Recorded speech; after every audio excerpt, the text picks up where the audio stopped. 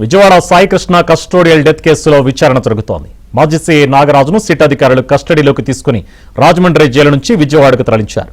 విజయవాడ కోర్టులో నాగరాజును హాజరుపరిచిన పోలీసులు తర్వాత సిట్ కార్యాలయానికి తరలించనున్నారు. వారం పాటు నాగరాజును సిట్ అధికారులు ప్రశ్నించనున్నారు. విచారణ ప్రక్రియ మొత్తం ఆడియో వీడియో రికార్డు చేయాలని సిట్ను సుప్రీంకోర్టు ఆదేశించింది.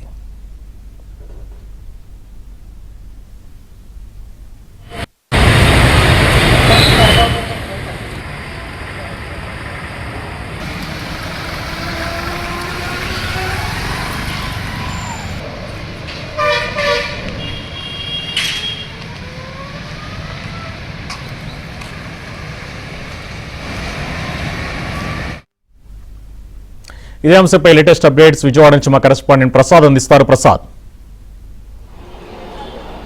సుభాన్ రాష్ట్ర వ్యాప్తంగా సంచలనం కలిగించిన Vijayawada Krishnalanka rowdy sheeter Gade Saikrishna lockup death కేసుకు సంబంధించి ఈరోజు కీలక పురోగతి కనిపిస్తూ ఉంది. ప్రధానంగా ఈ కేసులో ప్రధాన నిందితుడిగా ఉన్న కృష్ణలంక మాజీ సిఐ నాగరాజును ఈరోజు రాజమండ్రి సెంట్రల్ జైలు నుంచి విజయవాడ కోర్టుకు తీసుకొచ్చారు. ఈ కస్టడీ విషయానికి సంబంధించి కూడా అనేక నాటకీయ పరిణామాలు చోటు చేసుకున్నాయి. తొలుత అతన్ని పూర్తి స్థాయిలో విచారించేందుకు కింద కోర్టులో పిటిషన్ దాఖలు చేయగా ఇక్కడ ఉన్న కోర్టు అతన్ని రాజమండ్రి జైల్లోనే ఉంచి విచారించాలని ఆదేశాలు జారీ చేసింది.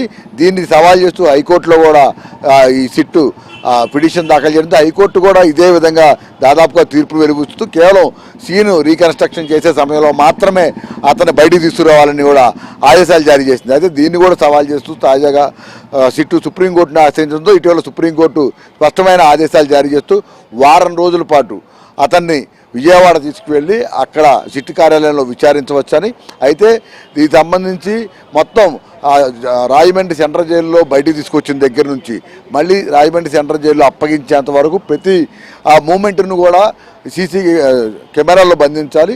అదేవిధంగా అతని విచారణ మొత్తాన్ని కూడా ఎప్పుడెప్పుడు విచారించినా అతన్ని ఎక్కడికి తరలించినా ప్రతి సందర్భాన్ని కూడా వీడియో షూట్ చేయాలి.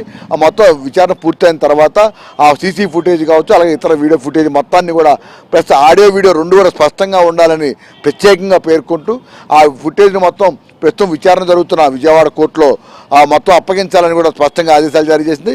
దీనికి సంబంధించి సిట్టు కూడా మరో పిటిషన్ కూడా దాఖలు చేసింది. ఆడియో వీడియో విచారణ నుంచి మినహాయింపు ఇవ్వాలని కోరినప్పటికీ కూడా సుప్రీంకోర్టు అందులో ససేమేర కుదరదంటూ కూడా పిటిషన్ కొట్టివేసింది. దీంతో ఈరోజు సిట్ అధికారులు రాజమండ్రి సెంట్రల్ జైలుకి ఉదయం వెళ్ళి ఆయన కొద్దిసేపటి క్రితం విజయవాడ తీసుకొచ్చి ఇక్కడ కోర్టులో హాజరుపరిచారు. కోర్టులో కూడా ఎప్పటి నుంచి ఎప్పటి వరకు విచారించాలనే అంశాలకు సంబంధించి కూడా ఇరు వర్గాల న్యాయవాదుల మధ్య కొంత వాదనలు జరిగాయి. అయితే జైలు మాన్యువల్ ప్రకారం అలాగే విచారణ మాన్యువల్ ప్రకారం ఉదయం 10 గంటల నుంచి సాయంత్రం 5 గంటల వరకు మాత్రమే అతను విచారించాలని, ఆ తర్వాత అతను విజయవాడ జిల్లా జైలుకి తరలించాలి, ఎక్కడ ఉంచాలనే అంశాలపై కూడా కోర్టు ప్రశ్నించింది. దీంతో ఆ సిట్ అధికారులు తమ సంరక్షణలోనే ఉంచుకుంటాము, సీసీ ఫుటేజీ పర్యవేక్షణలోనే విచారణ పూర్తయినప్పటికీ కూడా ప్రత్యేకంగా అతనికి ఒక గది కేటాయించి అందులోనే ఉండే విధంగా ఏర్పాట్లు చేస్తామని కోర్టుకి విన్నవించడంతో అందుకు కోర్టు కూడా సమ్మతిస్తూ ఉదయం 10 నుంచి 5 గంటల వరకు ఈ రోజు నుంచి వారం రోజుల పాటు విచారణకు ఆదేశించడంతో కొద్దిసేపటి క్రితం సిట్ అధికారులు నాగరాజుని సిట్ కార్యాలయానికి తరలించారు. అయితే ఇప్పుడు సాయికృష్ణ కస్టోడియల్ డెత్ వరకు అనేక సాక్ష్యాలు సేకరించిన సిట్టు ఆ తర్వాత డెడ్ బాడీ మాయం కావచ్చు, జరిగిన పరిణామాలు కావచ్చు, వీటికి సంబంధించి ఇప్పటివరకు ఎటువంటి స్పష్టత రాలేదు. మే 6 నుంచి 8వ తేదీ మధ్యన ఈ ఘటన జరిగితే ఇప్పుడు జూలై 30 దాదాపు 2 నెలల నుంచి కూడా ఈ మొత్తం వ్యవహారం మిస్టరీగానే కొనసాగుతుంది. ఇప్పుడు నాగరాజుని అనే కోణాల్లో విచారించాలని కూడా భావిస్తూ ఉన్నారు. మొత్తం ఆ రోజు కృష్ణలంక పోలీస్ స్టేషన్లో ఏం జరిగింది, ఎవరెవరు ఆ సమయంలో ఉన్నారు, అతను చనిపోయినప్పుడు అక్కడ ఉన్న సిబ్బంది, అదేవిధంగా ఇతర సీసీ కెమెరా ఫుటేజ్కి సంబంధించి కూడా నాగరాజుని ప్రశ్నించనున్నారు. ఆ తర్వాత ఏ విధంగా డెడ్ బాడీ మాయమైంది, అతను ఏం చేశారు, దహనం చేశారా లేకపోతే ఇంకెక్కడికైనా తీసుకెళ్లి మాయం చేశారనే అంశాలకు సంబంధించి కూడా ఇప్పుడు నాగరాజు అనే కోణాల్లో విచారించి కొంత సమాచారం రాబట్టేందుకు సిట్టు ప్రయత్నిస్తూ ఉంది.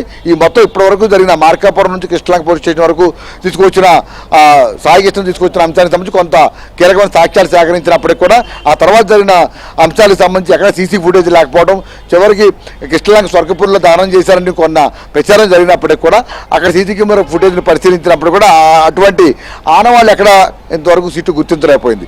ఈ పరిణామాల నేపథ్యంలో ఇప్పుడు నాగరాజు కంపల్సరీగా ఈ కేసులో నోరు విప్పాలి, ఏం జరిగిందో చెప్పాలి.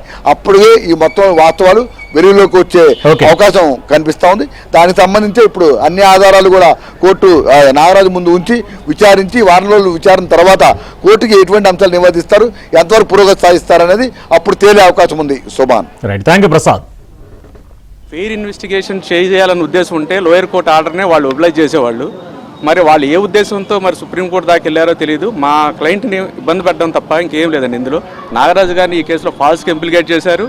చేయడం కాకుండా ఆయన చాలా మెంటల్గా హెరాస్ చేయాలనే ఉద్దేశంతో వీళ్ళు సుప్రీంకోర్టు దాకా వెళ్ళారు సార్. బలవంతంగా ఇది ఒప్పిస్తారనే ఉద్దేశంతో సుప్రీంకోర్టు వారు కూడా వీడియోగ్రఫీ చేయమని చెప్పారు. దాని ప్రకారమే మేము సుప్రీంకోర్టు గైడ్లైన్స్ ప్రకారం మేము నడుచుకుంటున్నామండి. వ్యవస్థ నడవాలంటే పోలీసులు చాలా ముఖ్యం అండి. ఇందులో వీళ్ళు పోలీసుల ఆత్మస్థైర్యాన్ని మాత్రం దెబ్బతీస్తున్నారు. పొలిటికల్గా కానీ ఏదైనా కానీ సమాంతరంగా వీళ్ళందరూ ఒక ప్యారలల్ ఇన్వెస్టిగేషన్ నడిపి మిగతా వాళ్ళందరూ కూడా సిట్ వారు కాకుండా పోలీసుల ఆత్మస్థైర్యాన్ని దెబ్బతీస్తున్నారండి. ఇలా చేయడం వల్ల భవిష్యత్తులో ఎక్కడ కూడా ఏ పోలీసు కింద ఉన్న మెన్ ఎవరు కూడా డ్యూటీ చేయాలని చాలా భయపడతారు. స్వేచ్ఛగా ఎవరు కూడా డ్యూటీ చేయలేరు సార్. ఇది మాత్రం క్లియర్గా చెప్తున్నాం ఇది.